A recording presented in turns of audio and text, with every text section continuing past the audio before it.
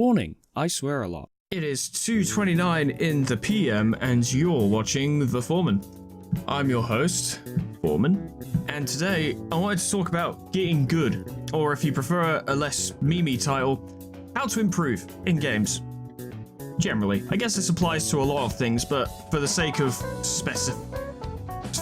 being specific, I'm going to be talking about games specifically. So a lot of this will probably sound like some form of humble brag, so I'm going to offer a quick disclaimer at the beginning here by saying I don't think I'm especially good at any game, right, in the general sense. We know the internet and YouTube itself has shown us enough of people out there who can do all kinds of incredible things in games that I would definitely not consider myself to be good at anything. I can't beat Sekiro with DK bongo drums, alright? I can't do any of that crazy shit, but I consider myself to be proficient with quite a few games. I consider myself to have put the time and effort in to a lot of games to be alright at them. Get good is a joke by this point. It's a meme. It's a joke. It's designed to just be like, it's designed to take the piss out of the people who originally said it. But I've noticed that a lot of people, some of the people I play with, right, and I'd go to my friend's place and play like Smash or whatever. We'd play Smash Bros, we'd just hang out, play some games, and I would win, typically. I'm not better than everyone I know. There are some people who are better than me, but for the most part, I'm generally quite a lot better than a lot of the people I play with. And they turn around and be like, "How? You're so sweaty at this. And like, how are you so good at it? Like, why? Not. It's never that complimentary. Let me be clear, because people don't like having their ass kicked in a game. It's never that complimentary. But the general message is like, why are you so good at this? Blah blah blah blah.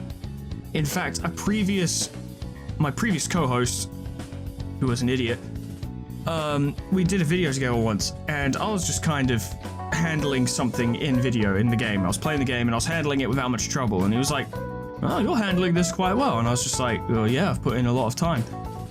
And he was like, "Oh, all right then, fucking look at you bragging over here, acting like you're a big man," and I'm like, that's not a brag. There's no brag in putting in the time to be good at something. It would be a brag if I had put no time into it and was just naturally good at it. What a lot of people either don't understand or straight up don't want to acknowledge is that if you want to get good at a game, you have to fucking play it. You have to play it a lot. You have to be willing to put the time in. Now, that doesn't mean you have to approach every single game you ever play with the intention to get good at it. You don't have to. You can just enjoy a game, enjoy an experience. You don't have to be optimal. You don't have to be a pro. It's fine. I'm not good at every single game I play. I have some natural aptitude for quite a few games because I've played similar ones a lot, which allow me to take to new mechanics and things like that quite naturally. But getting good, improving at a game, comes from two key things. First of all, it's the one I just said. You gotta play it. You gotta play it a lot. The second one is losing. This is especially evident if you're playing something, PvP, competitive, local, anything that requires you to play against other players, although this also applies to Dark Souls, and I'll get back to that in a minute. But if you want to get good at something, you have to be prepared to lose. A lot. Because you don't improve at any game by winning nearly as much as you improve by losing. I am a relatively decent Tekken player, not unlike the fucking tournament scene or any of that crap or online multiplayer, but I am better at Tekken than everyone I know except my brother and Jay. There's a guy I know called Jay. I'd say he's probably better at Tekken than I am. But my point is, I'm better than most people I know at Tekken. Why am I better than them at Tekken? Because from the ages of 4 to like 26, my brother would kick the crap out of me on Tekken. Right? Sometimes it'd be closer than others. Sometimes I'd pull out a few good moments, a few good hits. I get some good hits in, but he would beat me like every single time, almost without fail. And that's how you improve. It's depressing, and for a lot of people, that's not fun. But it is how you improve.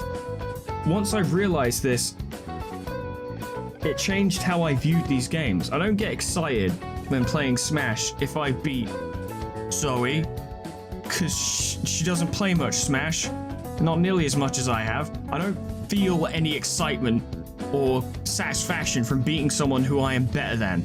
You know, and like clearly better than as well. What's the point? There's no fun or satisfaction to punching down. And that sounds insulting, and well, that's kind of the friendship that me and Zoe have. We insult each other a lot. But it's not any lack of skill or talent or anything on her part that means that she's not as good at me at Smash. It's just she just hasn't played it as much. She does other shit. She plays other games. She didn't play as much Smash as I did. That's not a bad thing. It just means she's not as good at Smash. She's better than me at other things. She'd kick my ass at COD, for instance. But I would kick her ass at Smash. But I don't get any joy from fighting people who aren't as good as me at it. I get joy from fighting people who are either just as good, maybe slightly below me, or people who are better. I think, what was it, like last year or something, I actually played against someone who was actually better than me at Smash, which apparently that's not in large supply around here. This all sounds like a humble brag, but I'm promising you I'm not that good at Smash, okay? I couldn't play in a fucking tournament. I'm just better than most people around here in a very small location, a very small radius in a very small country. I promise you I'm not trying to brag. I'm not trying to show off, oh, I'm so good at Smash. I'm not. I'm alright at Smash. I'm just better than most people I know. But I played someone who actually was better than me, and it was great. I loved it. I like playing against Lemon because I'd say I'm slightly better at Smash than he is, but he puts up a fight and he's good at it. And I've never beaten him and been like, I wasn't worried. I was never worried. It was a clean sweep. I absolutely trashed him. That's never been the case. Maybe once or twice if we've been drinking, because I think I handle my alcohol a little bit better than he does. But that's not a skill thing. And honestly, if Lemon was determined to put in the time, he could probably become better at Smash than I am. But he plays other games. There are other things he's interested in. He doesn't want to sit and play Smash all the time. I can't sit and play Smash all the time because I don't have a fucking Switch. A lot of my current skill level comes from residual memory of playing Super Smash Bros. Melee for like 10 to 15 years. Because I love Melee so much. But this is my point. No one is naturally good at any game, right? You get people who have a bit of a natural talent for it, have a bit of natural aptitude, like, hey, this works for this person's specific mindset, and they can kind of take to it a little easier, but they're not naturally good at it. You put in some time and you beat them, and if they don't put in the time, they won't win. Again, Souls games are a combination of both methods I mentioned at getting better. You've got to play it a lot, and you've got to lose a lot, because Dark Souls, Demon Souls, Bloodborne, Sekiro, all of them are designed in such a way that you will die. Not because you're shit, not because the game is being unfair, but because there are things you need to learn, and you can only learn them by dying. If you blasted your way through Dark Souls 1, if you blasted through the Undead Burg with no worries, and you took down the Tauros Demon with no worries, hell, maybe even took on the Capra Demon as well with no worries, somehow if you managed to achieve all that, and then you got to the Belfry Gargoyles, or I don't know the order, I can't remember the order, it's been a long time, but you got to like the Belfry Gargoyles or the Gaping Dragon or something, and you had no adversity, no proper adversity up to that point, those bosses would kick your teeth in. Because they're tough, they're hard, there's a lot to them. Dark Souls trains you. Souls games train you by killing you. You have to fail in order to improve. You don't improve by being met with nothing but success. Because if you're met with nothing but success, you won't change what you're doing. You won't try and adapt. You won't pick up new styles, new tricks, new tips, new strategies. You won't do anything because you don't need to, because you're not losing, you're winning. You may as well just do what you're already doing. Dark Souls forces you to look at the game that you're playing and be like, all right, I need to play this. I can't just go through it. I have to play it. I have to fight. I have to look at this properly. Bloodborne is very much the same way. If you guys have watched my fucking Bloodborne series, you will know that if you thought I was humble bragging throughout this video, go watch that series and you'll realize, no, Foreman understands his limits. Foreman knows he's not very good at this, okay? I can beat Bloodborne. That doesn't mean I'm good at Bloodborne. And that is a key distinction when it comes to a Souls game. I can beat Souls games, I'm not good at them. But, you know, getting good, everyone has a different perspective of good. What's good enough for you? What's good enough for someone else? For me, being a good enough, as far as I'm concerned, good enough at a Souls game means you can beat it. If you could beat a Souls game, you've gotten good at it. Congratulations. You've done what you need to do. If you want to go further, excellent. Excellent. Go for it. Try it again. Try new builds. Try a broken sword run. Do what you want. But if you can beat it, I would say you've gotten good. Congratulations. But typically, it's a long road to get there, with a lot of death and a lot of failure. And I don't think I'll ever get really good at a Souls game. I'm not willing to put the time in. Funnily enough, we come back to this again. I played Smash Bros for years, honestly, because it was one of the few games I had. I didn't have a lot of games. I had a fair few. I wasn't, it's not as if I had nothing. I had a reasonably video game filled childhood. I was well supplied, but that was one of the ones I always wanted to play. I'm not willing to learn every single thing about a Souls game. I'm not willing to learn every frame on an enemy's attack, every iframe in my dodge, and playing Dark Souls 2, how my level of adaptability changes that. I'm not willing to learn that, which means I can't complain that I'm not good at it, because I'm not willing to learn that much. I'm willing to play the game and beat it and be happy with it. But if you want to improve, it's repetition and failure, which is unfortunate, but you have to embrace the process. This is the main thing, of course. When approaching a lot of things, people are only interested in the end goal. They're only interested in what they will get at the end of a thing, of a process. They're not interested in the process itself. I enjoy learning Bloodborne because it wouldn't be fun taking down the Crow of Cainhurst if he didn't kill me 50 times. If I killed him on the first try, I wouldn't care. That wouldn't mean anything to me. But the fact that he's hard, the fact that I kept losing, made that fun and made it interesting. I'm not sure if I should talk about this, but I'm not gonna use names or anything, so it's probably fine. I had an ex. Well, she's still my ex. I have an ex who I played Bloodborne when she came around once, and she thought it was interesting. She'd never really played a Souls game before, and she wanted to try and get into it. And I'm like, that's cool. I'll help you as much as I can. But I definitely believe in not being too much of a backseat gamer or a backseat driver, right? I didn't want to neg her about every single thing she was doing. I didn't want to try and nag her into being optimal, or I was like, play the game you want to play it how you want to play it, and I will give you the advice that I can, that I think will help you, right? And you just play the game. Play the game, enjoy it. It's a really good game. Now, what I didn't realize until quite far into that relationship, I'd say a couple months or so, is that she doesn't play games as such. She does play games. But she will look for every exploit and glitch she can find to make the game easy. And like, she'll play a RPG, for instance, she will overgrind like crazy. She's not looking for a challenge in anything, which made Bloodborne a very questionable choice. And I realized this pretty early on, but I kept it to myself. I'm really not in the habit of telling people what to do, especially not partners and significant others. If they want to do something, I'm like, I'll give you advice. It's up to you to decide whether you want to keep playing or not. I'm not going to tell you what to do and how to do this. But a pivotal moment, which I think really summarized my issues with it, and I should state, just in case you're wondering, never really brought this up with her because I was like, I don't want to.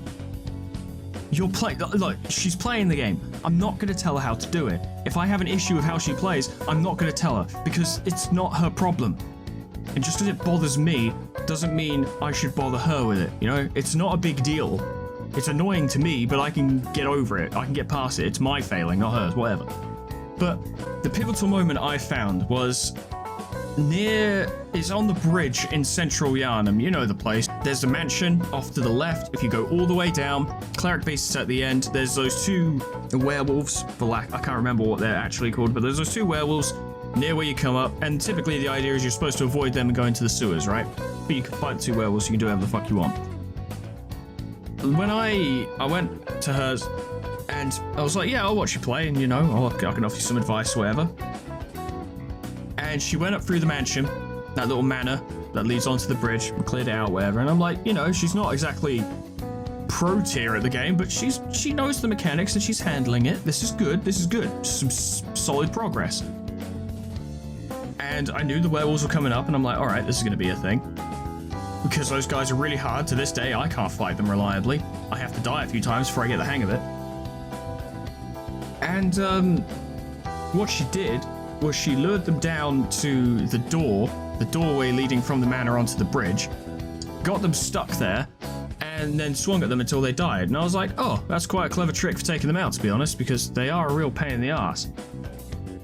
And I was like, have you ever actually fought them, though? Have you actually fought them and beat them? And she was like, no.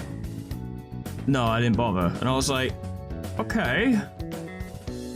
Look, and I'm like, look, when you play a Souls game, you should use every tool at your disposal, right? And if you can fucking lead them to a more advantageous area and kill them, fine, good, right? That works. Using the terrain to your advantage.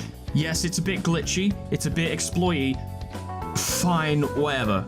It burns me up inside, but that's just me. You can do what you want. But there's an issue here that I would never have been able to convey to her, and I honestly didn't try, because she would not listen to me on this front, I could guarantee it. And that's the fact that you kind of need to fight them, though. Not because not for big dick gamer points, not because you want to feel like a cool guy, but because you need to learn how to fight them. The early areas of Bloodborne, and indeed most games, are there to teach you how to play, to teach you how to fight. That bridge is not the only place you're going to fight those werewolves. You'll fight them in other places where you can't glitch them into a doorway and beat them to death while they stand there and look at you, which means you have to learn how to fight. And general encounters teach you more about how the game works. It teaches you to exploit iframes, the timing, not just on enemies' attacks, but on yours. You need to know subconsciously, without even thinking about it, how long your dodge goes for, how far it goes, the speed of it, when you can attack, how much stamina that uses. There are so many things you need to internalize, and you have to do that by playing the game. And she just kind of didn't. She just, you know, glitched out, and then never really learned how to do that. And to wrap this up, she beat the Cleric Beast, she beat Father Gascoigne, which I was quite surprised by. I didn't think she beat Gascoigne, so you can absolutely, if you wanted to refute me, that is a point you could raise. It's like, yeah, she beat Gascoigne, and that's quite impressive, because Gascoigne's quite tough. Or at least, he's, you know, if you don't know what you're doing, he's quite tough. But she never really went through Old Yarnum. She dropped the game.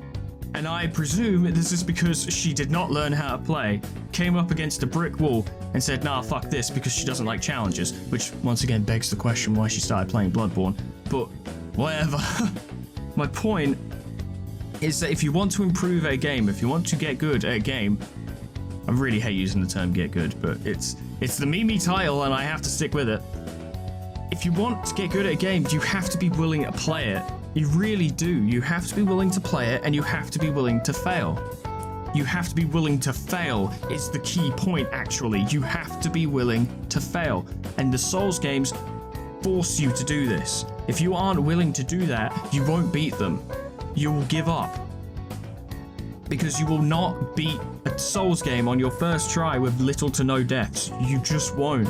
The games aren't built that way. Even veterans of the series, going into like Dark Souls 3 for instance, probably got curb stomped quite a few times.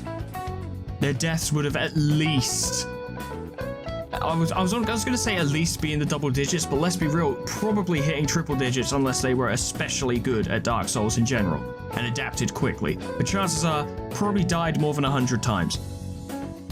Some people can't deal with that, but if you want to get good at something, you have to be willing to deal with that. You have to be willing to embrace the process. That risk is part of the fun. The process is actually part of the fun.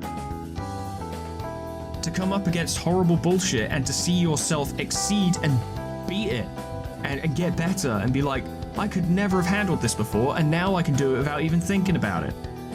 It is rising to challenges and conquering them. That is the joy. And that's why you, quote unquote, subject yourself to the process of getting good, so you can beat them. This does not just apply to Souls, it's just a really easy example. Darkest Dungeon, you play Darkest Dungeon, oh boy, you lose a lot of people the first time you play, but you learn. Through failure, you learn. You're like, okay, I need to be wary of blight in this area. okay, this can happen. I need more torches. I need more food. I need a team that works together. I need a good healer. You bring in a cultist and they fucking heal for 0 3 times and cause bleed, and you're like, okay, I need a better healer. Or a more consistent one, I suppose. The cultists could be really good at healing, but when they're not, oh boy, it costs you. And I'm not keen on that unreliability in a game that already hinges on dice rolls so much. Nah, you need something more reliable, but that's just me. That is purely down to personal flavor. Fire Emblem, I'm talking about the same games each fucking Foreman talks at the moment, but that's because they're the games I'm currently doing series on. They're fresh in my mind, but Fire Emblem teaches you to get good. Oh god, does it? Because if you don't, you lose people, and it's a game with permadeath, so they stay dead, and you can't just replace them like you can in Darkest Dungeon with the stagecoach. So you permanently lose unique characters in Fire Emblem if you do not pick up on the game quickly enough. I definitely haven't. Oh god. Watch the most recent one. Holy shit. But like I said in the last one, the game would be nothing without that risk. There has to be risk. You need to be able to fail so that you can succeed. You don't have to play a really fucking hard game to enjoy a challenge, okay? You don't. The challenge does not have to consist of something where you smash your head against it for ages and then finally succeed. You can have a more relaxed challenge. You could play Shadow of War on normal difficulty. My brother played on normal difficulty. He's not keen on challenges. He doesn't view games the same way as I do. But normal difficulty on Shadow of War provided a decent enough challenge for him that he found it very engaging. And I played the game on hard because that's just kind of how I am. And I was like, this is very engaging. And he and I actually had very similar experiences because we picked difficulty options that were more suited to how we liked to play. So we were able to talk about and connect over the experiences we'd had in Shadow of War, despite we played it on different difficulties, because you don't have to play a game on hard to experience the challenge and enjoy it. You don't. I appreciate I'm getting off topic, but I really do want to stress this point.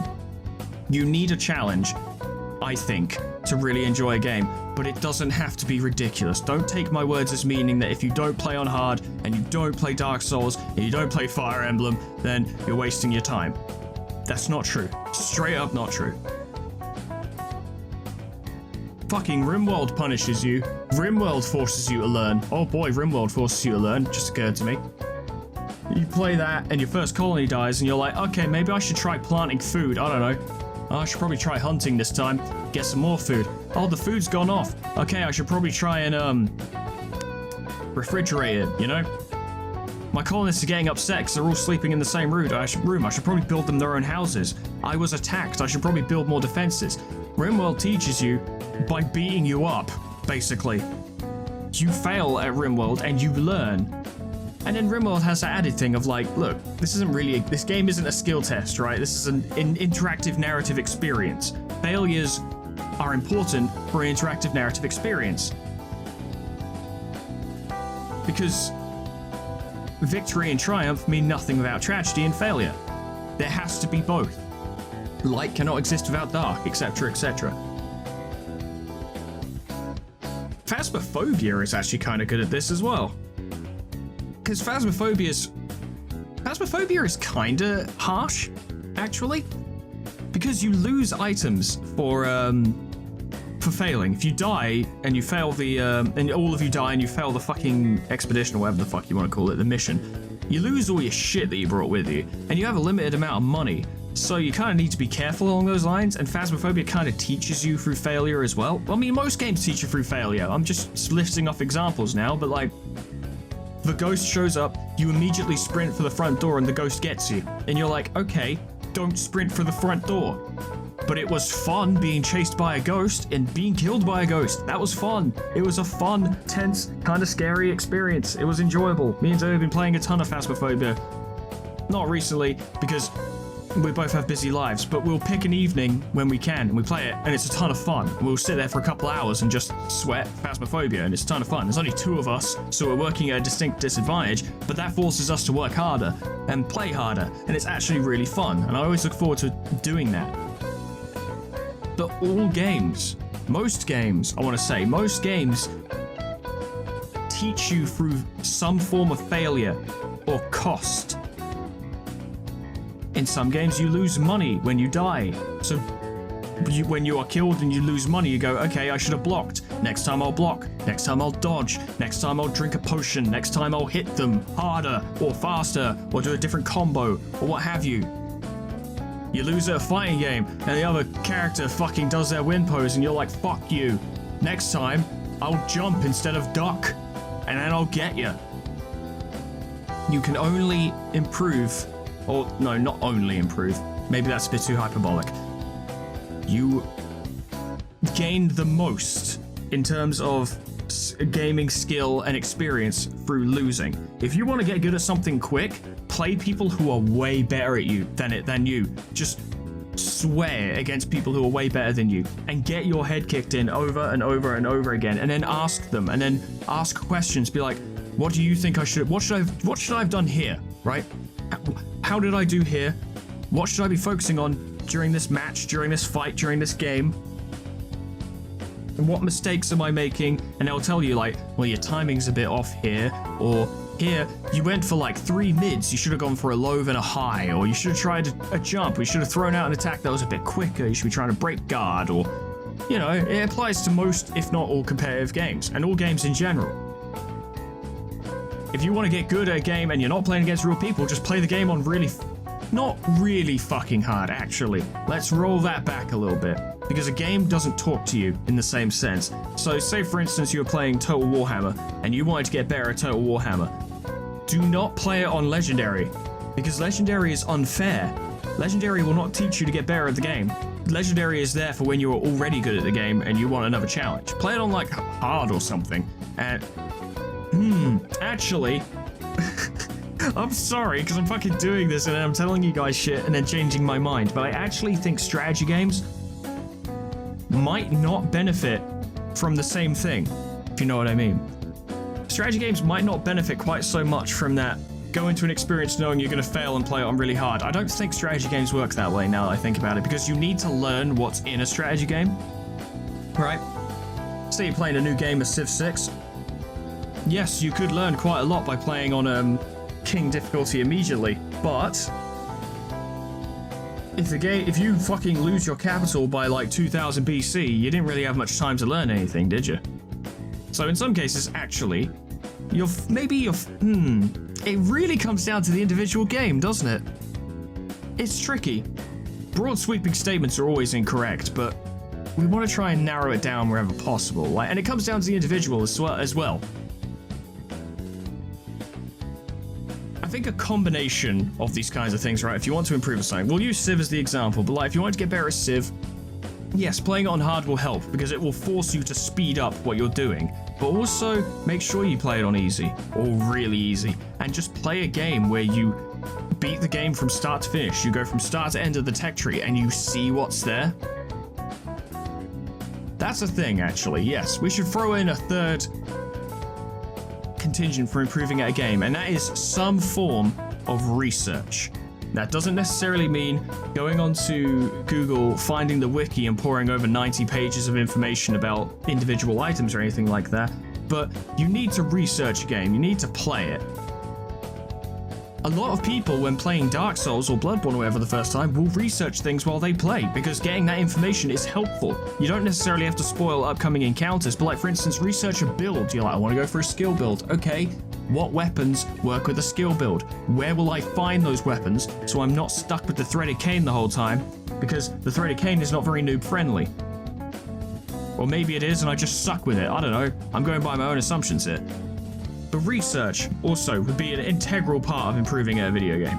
In Fire Emblem, I have a second save file that I'm doing off camera, as it were, which I'm always making sure to stay behind where I am in the series, so I don't spoil anything for myself. But in that off-camera one, my fucking army is maybe twice the size as it is in the main series, because A, I know things now, I'm better at the game now, and I can beat those sections much easier than I could before, and B, when I see a character show up on the battlefield or wherever, I type it into Google and I'm like, can I recruit this person? Are they just an enemy?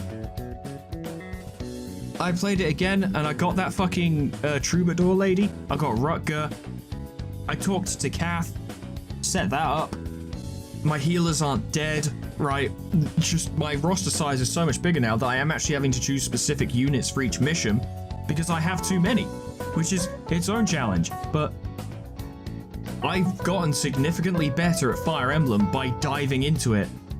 And then now that I'm playing, quote unquote, playing it again, I still haven't beaten the initial save file yet, but I'm just kind of going through the game in my off time to kind of get a bit more practice in so I'm better for the episodes, because we can't afford to lose many more soldiers than we already have.